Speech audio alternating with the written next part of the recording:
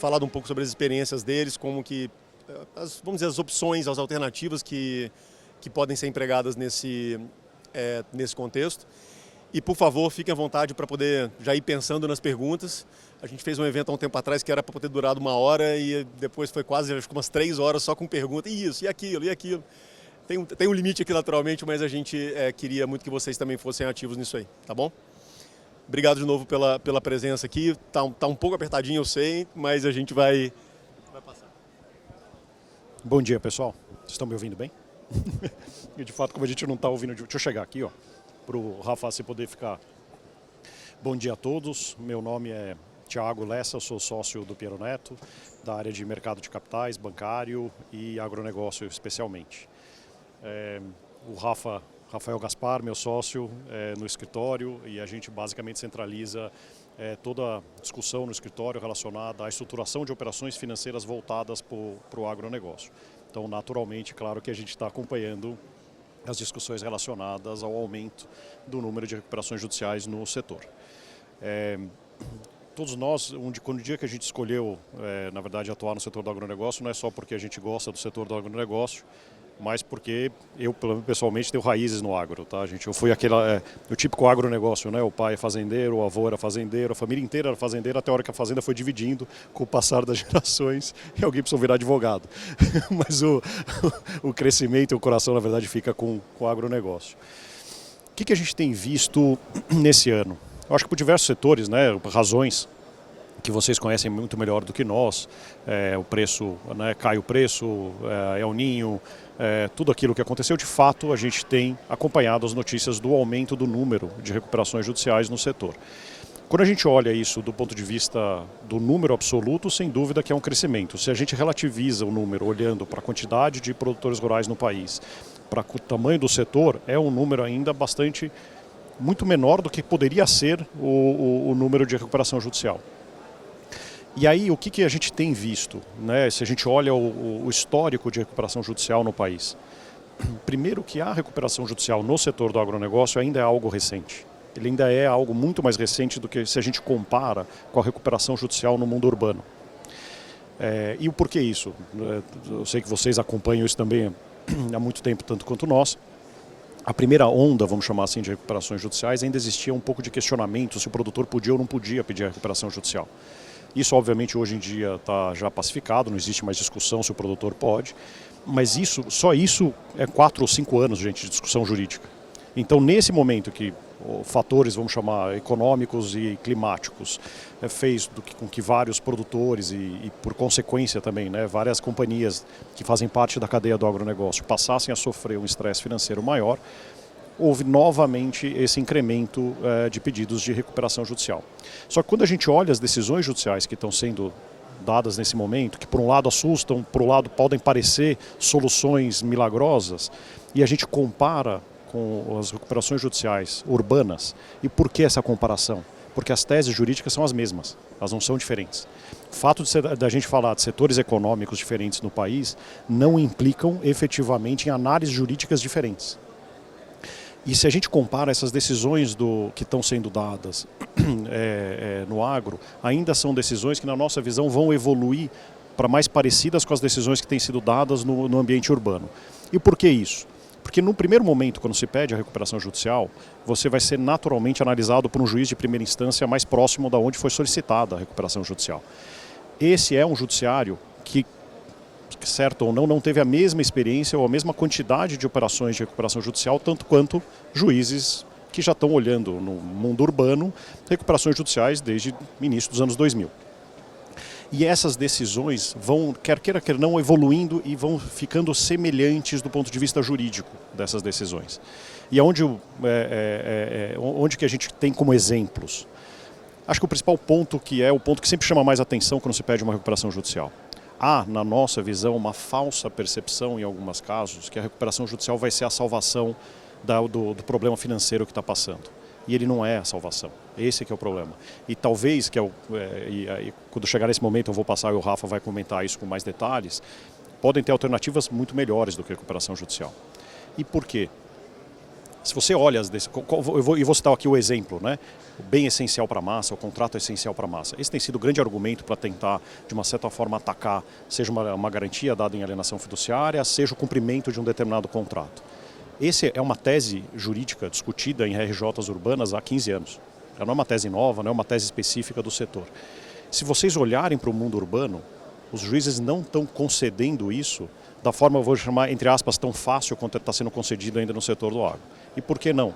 Porque existem preceitos legais que não permitem a aplicação disso de forma indiscriminada. Então, num primeiro momento, você vê, claro, uma ou outra decisão sendo concedida, mas se a gente olha um retrato um pouquinho mais distante, né? Distante no nível de macro, e olha qual que é a tendência dessas decisões no tempo, é elas se aproximarem das decisões urbanas. E essas decisões não são, vou chamar, tão favoráveis assim a não manutenção de bens dentro de um processo de RJ, se esse bem foi dado em alienação fiduciária, ou mesmo uma produção agrícola que foi dada também em alienação fiduciária. Eu vou dar um exemplo concreto, tá, gente, para vocês fazerem essa comparação. 7, 8 anos atrás, todos vamos lembrar, tinha as livrarias Saraiva e Siciliano no país. E eles entregaram como garantia de operações financeiras que eles fizeram, alienação fiduciária de recebíveis de cartão de crédito. Nada mais natural, né? E as pessoas iam lá, compravam o seu livro e pagavam com cartão de crédito. Quando eles pediram recuperação judicial, eles pediram para o juiz desconsiderar a validade das alienações fiduciárias, porque eles falavam, olha, é impossível de eu operar, essa é a única forma de eu ter meu controle de receita, etc. Mesmo há 7, 8 anos atrás, qual foi a decisão do judiciário? Não, você não pode desconsiderar a validade dessa cessão fiduciária. Você assinou um contrato, você deu esse ativo em garantia. Eu posso apenas proporcionalizar isso a uma efetiva capacidade de se preservar o credor que recebeu aquele ativo em garantia e, ao mesmo tempo, manter algum fluxo financeiro na companhia.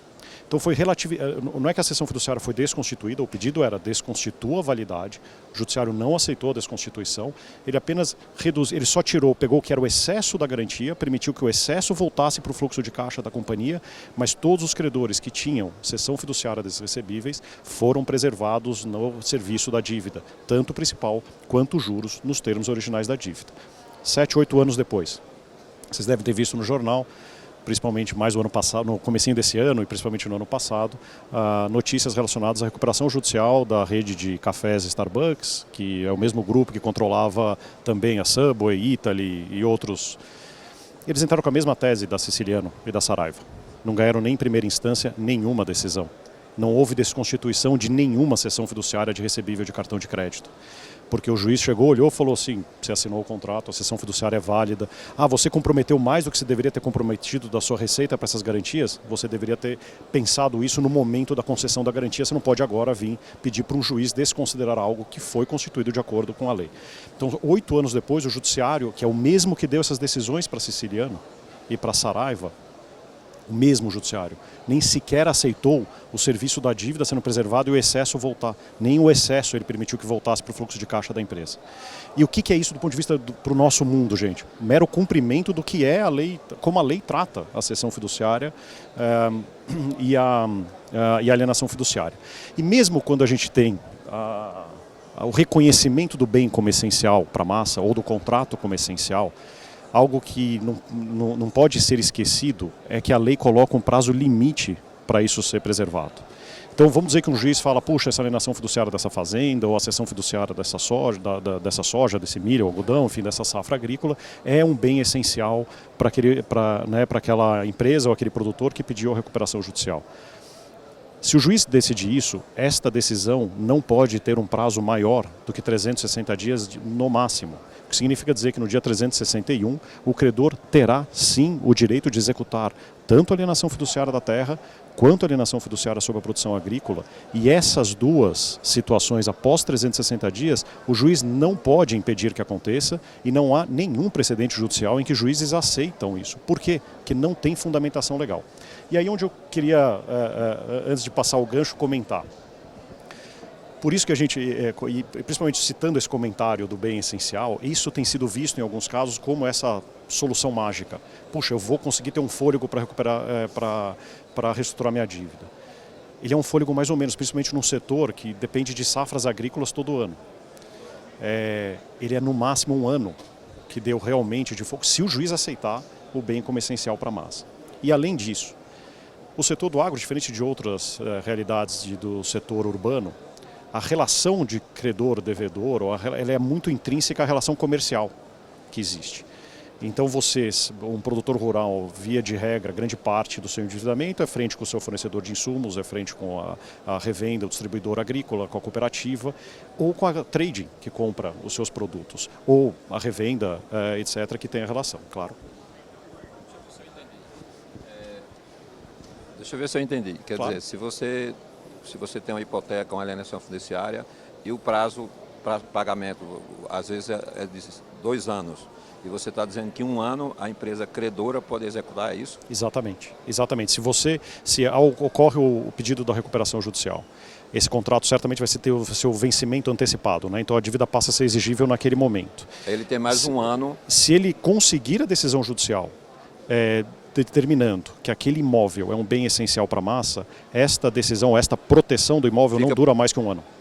É Aí no depois máximo de 1 um ano, ano. se ele não começar a pagar a dívida, você pode executar novamente. Exatamente. E, inclusive com juros, multas desse período de 1 ano vão inclusive acrescer ao valor original da dívida, porque não há nenhum desconto do valor Então, muita da gente que dívida. está entrando está sendo enganado, então. Eu acho que estão olhando para isso como se fosse a solução para não ter execução sobre a sua fazenda, e a verdade isso não é verdade, porque essa execução vai acontecer em 360 dias. Você só ganhou 1 ano, só que a recuperação judicial é algo muito agressivo para os credores, porque por causa dessas teses, os credores tendem a ficar extremamente irritados com o processo da recuperação judicial. Porque ele é que nem, se a gente fosse comparar no mundo do futebol, gente, é que nem uma voadora num carrinho vermelho direto. Diferente esse que é o ponto que a gente ia complementar, diferente de um processo de reperfilamento ou reestruturação de dívida negociado com os credores sem um processo de recuperação judicial. Pela nossa experiência, e estou há 27 anos advogando já, gente, a forma como um credor entra numa reestruturação de dívida e como ele entra num processo de RJ é completamente diferente. E o porquê? Quando alguém concede crédito, a pessoa sempre sabe que um problema pode acontecer. Faz parte. Quem concede crédito sabe que problemas podem acontecer.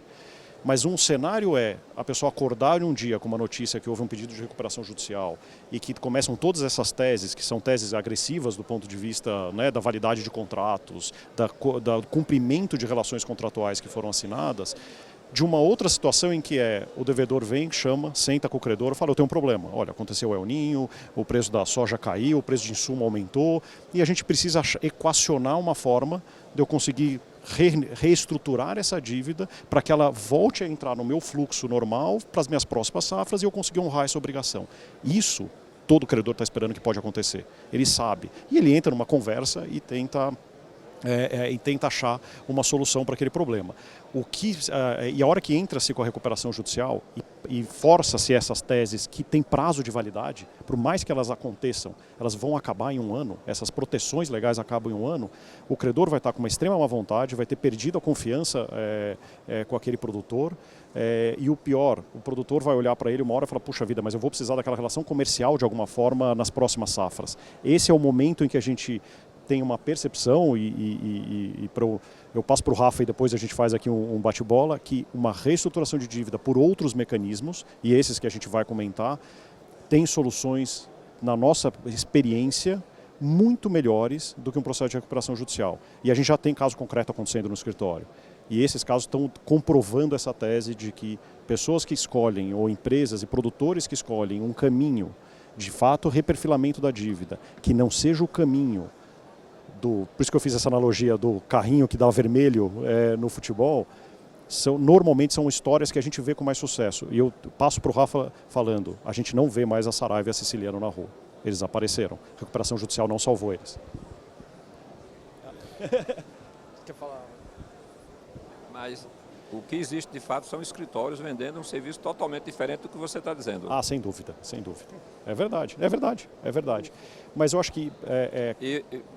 A princípio, as empresas que entram pensam que o banco é o que eles não vão pagar. Pelo que você está dizendo, é o primeiro que vai ser pago. Exatamente. E o banco tem advogado como vocês que estão totalmente... A situação está totalmente invertida. Não, nós somos bastante advogados também da indústria, do setor, mas claro. É verdade, você tem razão. A nossa principal motivação numa apresentação como essa é ajudar a dar mais informação para o setor.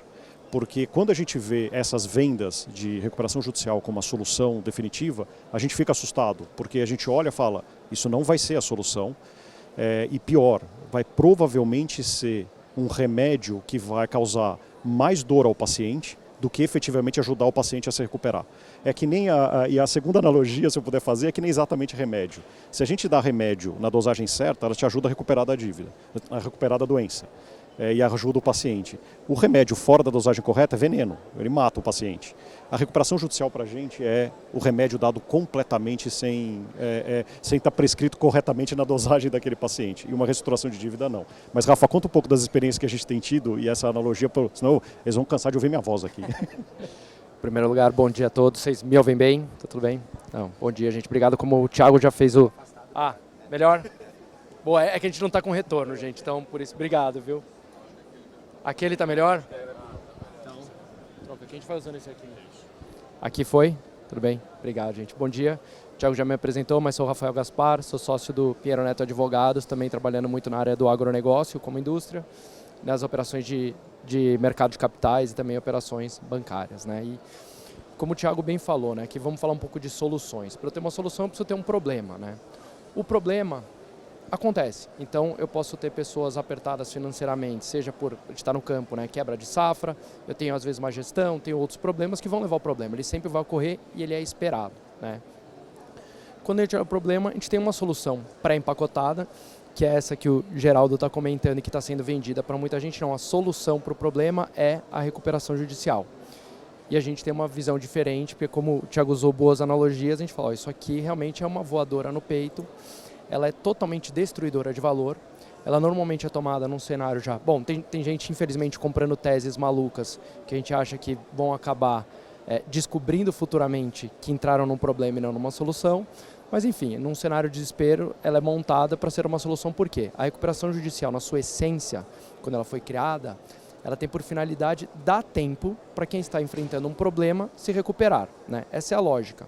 O problema é que ela envolve alguém que às vezes está despreparado para pedir, talvez nem tenha entendido o que está fazendo, credores que não estavam ali querendo, obviamente, essa situação, alguns que são credores financeiros mais preparados para isso e vários outros que a gente sabe, principalmente na cadeia do agronegócio, a gente sabe que o crédito está na cadeia inteira, né? A gente não está falando de crédito bancário apenas, o crédito, então, muita gente está ali com um crédito que também pode eventualmente entrar num cenário de estresse porque teve um outro devedor que acabou não pagando, então assim, pode ter um efeito em cadeia, né? Então, quando a gente olha para a recuperação judicial, a gente vê realmente como uma alternativa destruidora de valor, tá? Ela está pronta, ela está enlatada, está prevista em lei, mas ela tem vários problemas na dinâmica dela.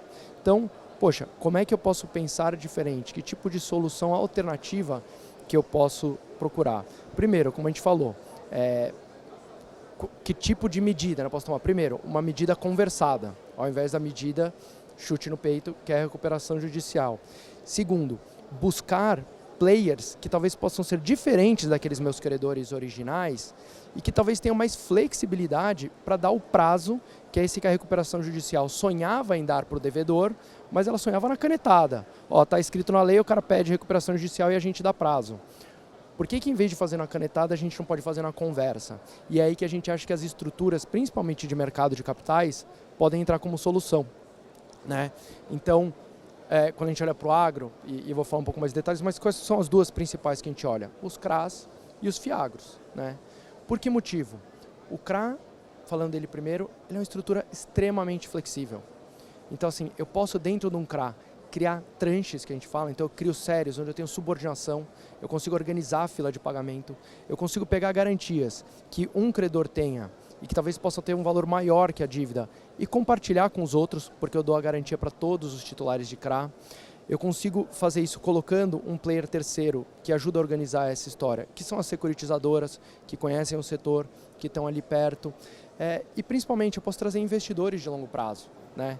Então, se eu tenho uma RJ do produtor rural e eu tenho uma revenda que acabou fornecendo muitos produtos e pode se apertar ali de uma safra para outra por causa de uma RJ, enquanto eu posso ter um investidor, pessoa física que compra um CRA, que topa dar 7 por 7 anos de prazo, obviamente tendo uma rentabilidade que faça sentido, mas que organize, que eu posso pegar um pool enorme de investidores, que cada um com um pedacinho consegue segurar algo que talvez um credor único, muito exposto, pode ter um problema de crédito. Então, assim, quando a gente olha para essas estruturas de mercado, a gente vê toda a flexibilidade para fazer de uma forma muito mais eficiente e negociada aquele que era o projeto inicial da lei de recuperação judicial, porque ela também previa isso, vamos organizar os credores, vamos ver como é que a gente faz com as garantias, vamos criar um plano de pagamento, e o plano de recuperação ele também é negociado, né? Lembrando, por mais que a recuperação judicial, né, o devedor peça e vá lá pedir as proteções para o juiz, a aprovação do plano é pelos credores, então ele não deixa de ser uma negociação. Então, assim, ao invés de sentar na mesa, já com uma recuperação judicial e com o clima ruim para todo mundo, com credores que talvez não queiram estar lá, até que ponto a gente não consegue trazer novos credores e sentar na mesa com uma estrutura organizada e numa negociação propositiva, né, e benéfica. A mesma coisa a gente consegue pensar no Fiagro, né? O Fiagro, como um fundo de investimento aqui falando, né, o CRA é muito mais uma lógica parecida com renda fixa, né, um título de dívida. Agora o Fiagro não. O Fiagro é um fundo de investimento que eu consigo captar dinheiro por prazos totalmente alongados, com um gestor profissional que consegue olhar para essa carteira de créditos que está no momento estressado e eventualmente entender, olha, isso aqui não é alguém que realmente não tem solução. Eu estou enfrentando um soluço, né? Um soluço danoso, um soluço estressado, mas que eu, gestor, consigo avaliar esse crédito, consigo comprar esse crédito, entrar nessa história, se eu não estava, e oferecer para os meus investidores uma rentabilidade vantajosa, né? Principalmente estamos falando aqui de instrumentos com isenção fiscal para pessoas físicas, então que podem obter precificações muito boas no mercado de capitais e que também tem toda a flexibilidade do CRA, também de eu conseguir tranchear, de eu conseguir colocar senioridade. Então aquele credor aqui no nosso exemplo da alienação fiduciária, que talvez fosse receber antes de todo mundo, porque ele vai conseguir executar a garantia do seu bem, enquanto outros vão ter que entrar na fila, ele vai estar na frente da fila. E se esse imóvel dado em garantia valer mais que a dívida dele, a gente automaticamente, ao colocar ele para dentro dessa estrutura, já ofereceu para outros credores que talvez não tivessem garantia. Então o cara estava lá, sabia que provavelmente se essa empresa que está em recuperação judicial quebrar e não conseguir sobreviver à recuperação judicial, ele vai receber zero.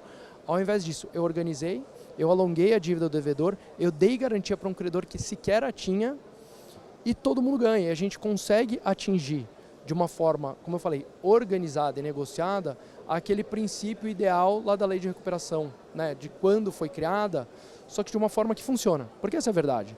A gente vê no nosso dia a dia o quanto a recuperação judicial, infelizmente, não funciona.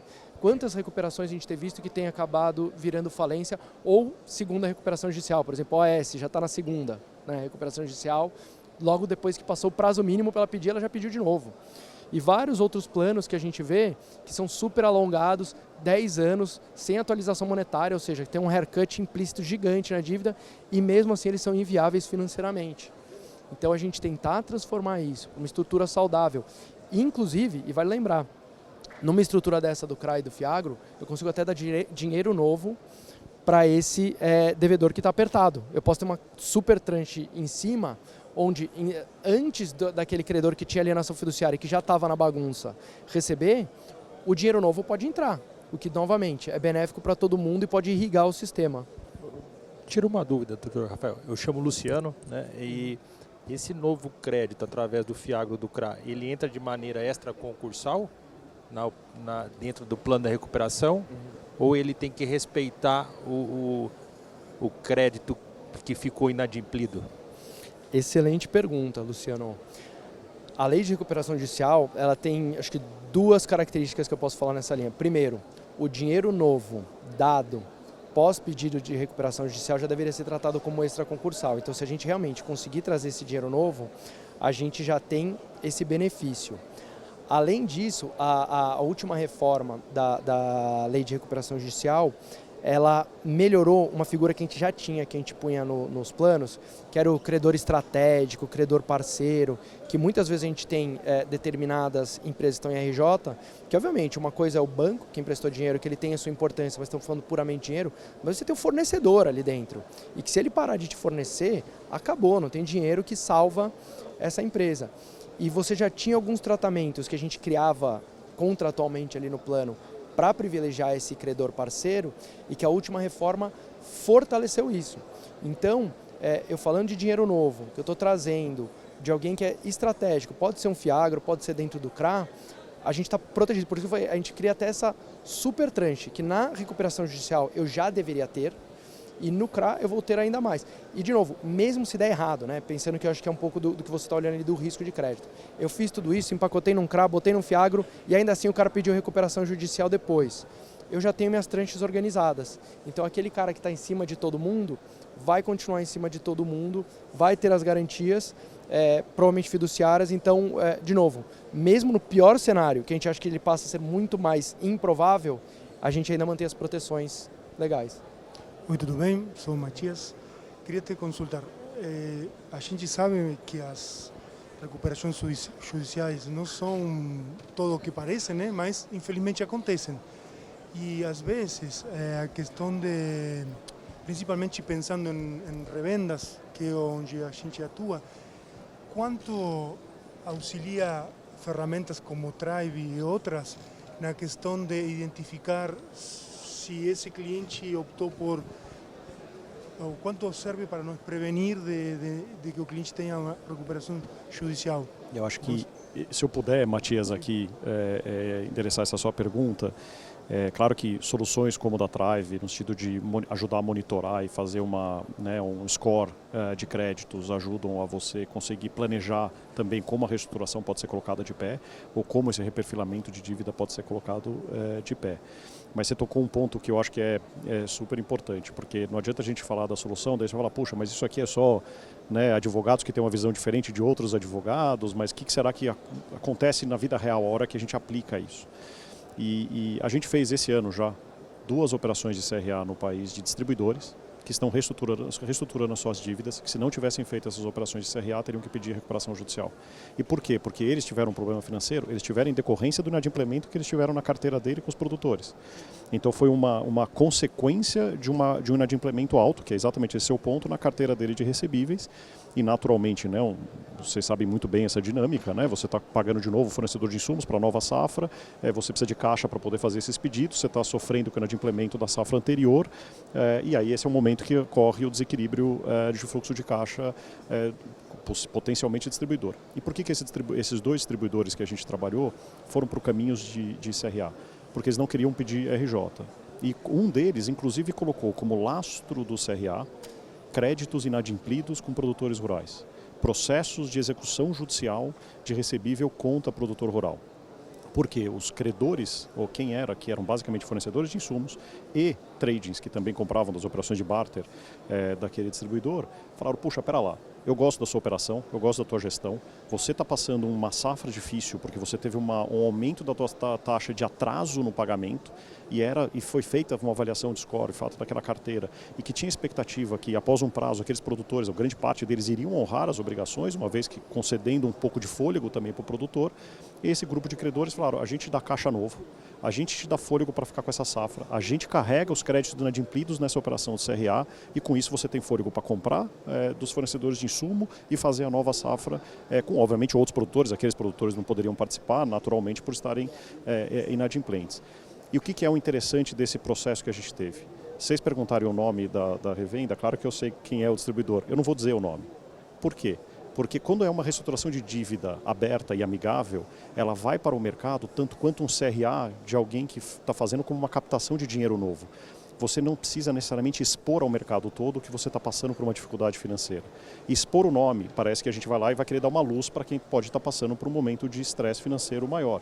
Por quê? Aquela operação de CRA reequacionou e reequilibrou financeiramente aquele distribuidor, tanto quanto como qualquer outro distribuidor que não tivesse passado por um momento difícil naquele ano. Então, naturalmente, uma reorganização amigável, uma reestruturação, quando a gente diz amigável, negociada antes de uma RJ, permite, inclusive, preservar essa exposição negativa, eventualmente, de imagem que uma recuperação judicial traz. E a gente fez, depois dessa primeira, a gente fez uma segunda e agora a gente está discutindo também uma nova operação dessa, também com distribuidor cooperativa, que vai também reperfilar a sua dívida por meio de uma operação de CRA combinada com o Fiagro, que vai ser o financiador dessa operação de CRA.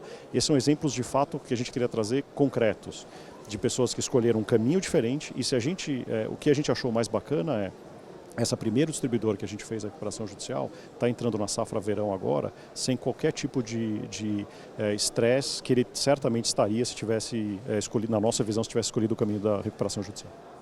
Uma pergunta, se já entrou em recuperação, você tem algum caso de sucesso de sair da recuperação para uma opção dessa que você está sugerindo? Uma vez que entrou na recuperação judicial, Geraldo, você vai precisar, de fato, reestruturar aquelas dívidas que estão sujeitas à recuperação judicial. Então, daí a gente vai ter duas classes de dívidas, aquelas que estão sujeitas à recuperação judicial, aquelas que são basicamente as dívidas sem garantia e as dívidas que têm um penhor ou hipoteca como garantia. E as dívidas que estão fora da RJ, que são toda e qualquer dívida garantia por alienação fiduciária. E essas dívidas, elas vão ter um atraso no seu recebimento, não há dúvida. Mas essa aqui, principalmente, são aquelas dívidas que um ano depois elas voltam com mais força ainda do que elas tinham no momento de pedido da RJ.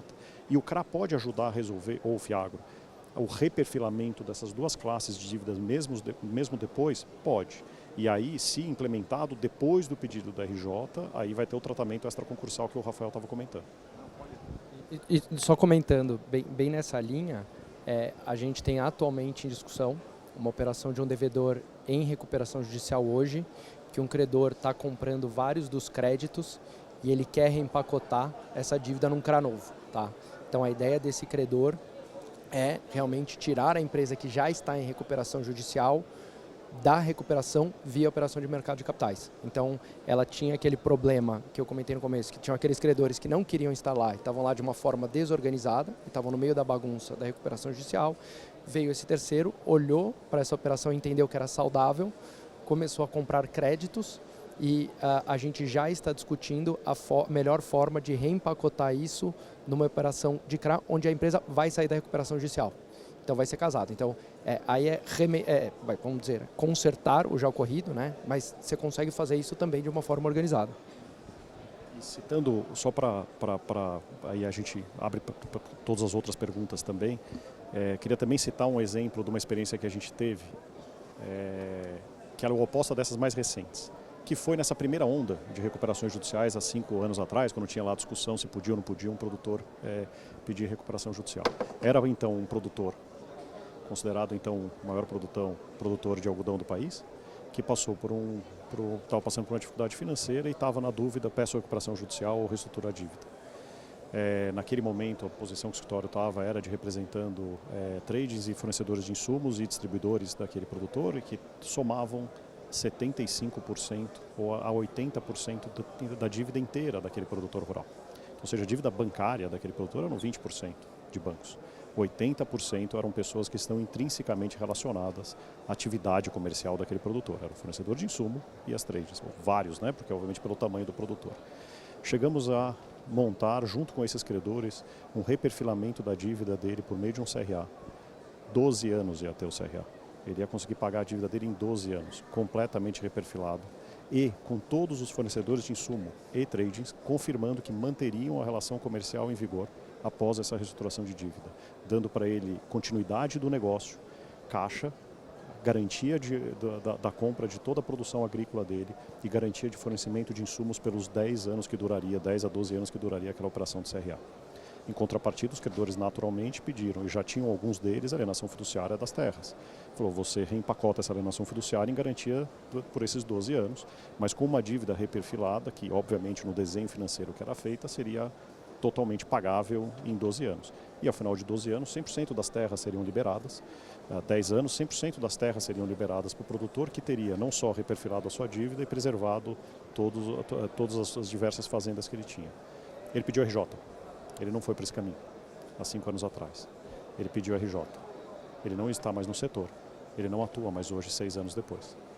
Ele hoje está infinitamente menor do que ele era, ele nem se considerado um produtor de algodão e perdeu todos os relacionamentos comerciais que ele tinha com essas distribuidores, fornecedores de insumos e tradings.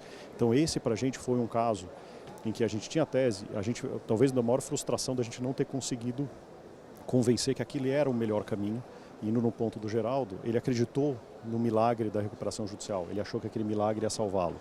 Não só o milagre não o salvou, como ele perdeu grande parte das fazendas e hoje ele não está longe de ser um produtor quiçá relevante para o setor do algodão. E ele era considerado o maior produtor do país. Esse é o exemplo do caminho que a RJ parecia a solução milagrosa e ela não só não foi, como ela tirou ele completamente do setor. E hoje em dia a gente conversa com essas mesmas tradings, esses mesmos fornecedores de insumos e esses mesmos distribuidores que eram parceiros deles e falaram: a gente sequer abre a porta para ele entrar e já fazem 7 anos. Esse é o tamanho do que a RJ causa em alguém quando segue por esse caminho. E nenhuma das grandes teses, que é essas que a gente conversou, ele conseguiu prevalecer nas execuções. Ele está até hoje sofrendo execuções das dívidas que continuam em aberto contra ele. Damos as ordens, gente, para perguntas, se tiverem. O Fideagro que vocês comentam agora como ferramenta é simples de operar? Tem um monto mínimo? Como funciona? Olha, tanto o Fiagro quanto o CRA são estruturas, que acho que, como o Rafael falou, muito flexíveis. A gente já fez CRAs de 9 milhões de reais, de 8 milhões de reais. Obviamente há CRAs de 1,5 bilhão de reais, 3 bilhões de reais. O Fiagros, eles normalmente funcionam como uma estrutura de mais gestão do recurso do investidor do que 100% do reperfilamento. Ele pode servir para os dois, mas normalmente ele é o veículo de financiamento para as operações de CRA que melhor atendem, vamos dizer, o perfil de reestruturação de dívida. Então, por quê? Dentro do Fiagro você consegue pulverizar os investidores para que um investidor sozinho não fique carregando um tamanho da dívida muito grande, que você daí consegue, obviamente, pulverizar vários CRAs, né, diversificar o risco para aquela carteira, e por isso que ele tem um gestor profissional. Então, a essência, a maior parte do custo do Fiagro é o custo desse gestor profissional. Tem, claro, um administrador desse fundo também, que é como se fosse quem cuida, né, do fundo do ponto de vista formal. E o gestor é aquele que toma as decisões de investimento e ele que toma as decisões de reestruturação. O CRA, o custo é essencialmente o custo de montagem do CRA. Né, porque o custo dele de recorrência, quer dizer, o que eu chamo de recorrência, o custo dele anual é um custo bem inferior daí, porque é só um custo de manutenção da estrutura. Né, só de colocar ele que ele tem um custo um pouco maior. O Fiagro ele tem um custo de manutenção um pouquinho maior. Mas são estruturas que, por isso que eu disse flexíveis, né, elas vão de uma operação para o mercado de capitais pequena, né, de 6 a 8 milhões, quanto operações gigantes do mercado de capitais. Em qualquer dessa esfera a gente vê que ele se torna viável financeiramente. Especialmente considerando o tamanho das operações do agro, né? Como a gente sempre trata com montantes muito grandes, obviamente que há custos, mas não deveriam ser em nenhum caso impeditivos. Assim, não lembro de nenhuma operação que desmontou porque o custo da estrutura era inviável. Você pode ter um custo comercial, de captação, o mercado está melhor, pior, mas a estrutura se paga. Eu acho que, né, o custo-benefício, considerando como ela funciona, nossa experiência é que ela realmente se paga. Bom, pessoal, acho que super obrigado. Obrigado por todos estarem aqui para a gente, é um prazer. A gente vai ficar aqui mais um pouquinho, quem quiser conversar, toma as ordens. E eu passo para a Bianca aqui da Thrive. Muito obrigado, gente, pelo Obrigado, gente.